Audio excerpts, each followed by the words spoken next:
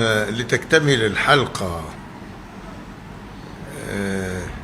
سيدنا موسى وسيدنا إبراهيم وسيدنا رسول الله صلى الله عليه وسلم. حلقة مكتملة ثلاثة. يعني ربنا هداني وأنا بتأمل في الآيات كده، قلت سبحان الله. يعني ربنا تعرف لسيدنا موسى بالصفة،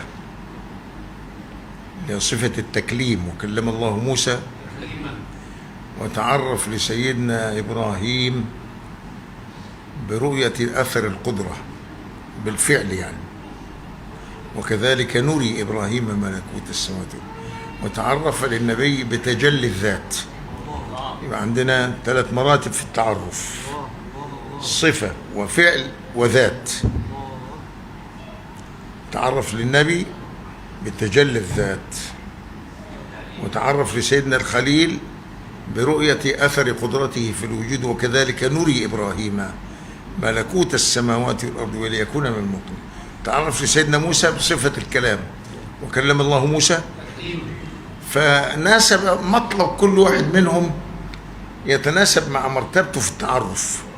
فلما كان التعرف لسيدنا موسى من جهة الكلام، ناسب أن يقول رب أرني أنظر إليك، يعني ارفع الحجاب، بدل ما يبقى كلام من وراء حجاب يبقى مع رفع الحجاب. ولما كان التعرف لسيدنا إبراهيم من خلال أثر القدرة، ناسب أن يقول رب أرني كيف تحيي الموتى.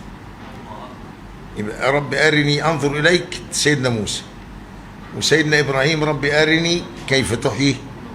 ولما كان التعرف بالذات لرسول الله، ناسب ألا يكون له مطلب، بل أوتي ما أوتيه موسى وعيسى من غير طلب.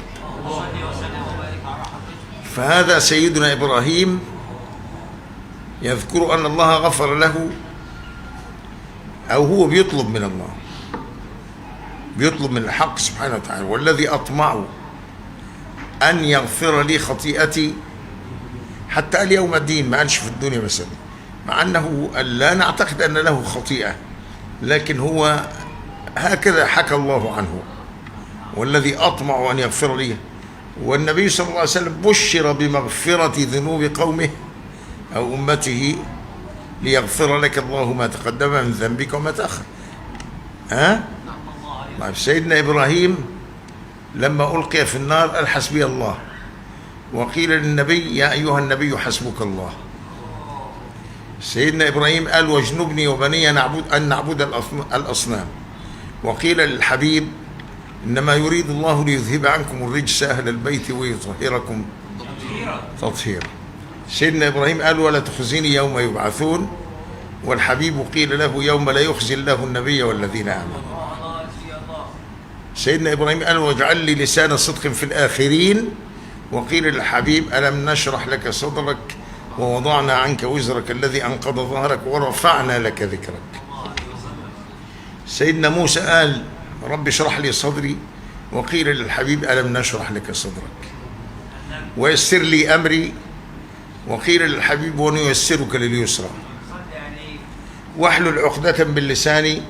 وقيل للحبيب فإنما يسرناه بلسانك. يقول الحق سبحانه وتعالى لسيدنا موسى وما أعجلك عن قومك يا موسى قال هم أولئك على أثري وعجلت إليك ربي لترضى. وقيل للحبيب لعلك ترضى. يعني اللي طلبوه أوتيه صلى الله عليه وسلم بدون طلب، بدون ذلك فضل الله يؤتيه من يشاء. ولا شك أن هذا العطاء كله منسحب بأذياله من بساط المحبوبية على هذه الأمة. من فطن لهذا المعنى،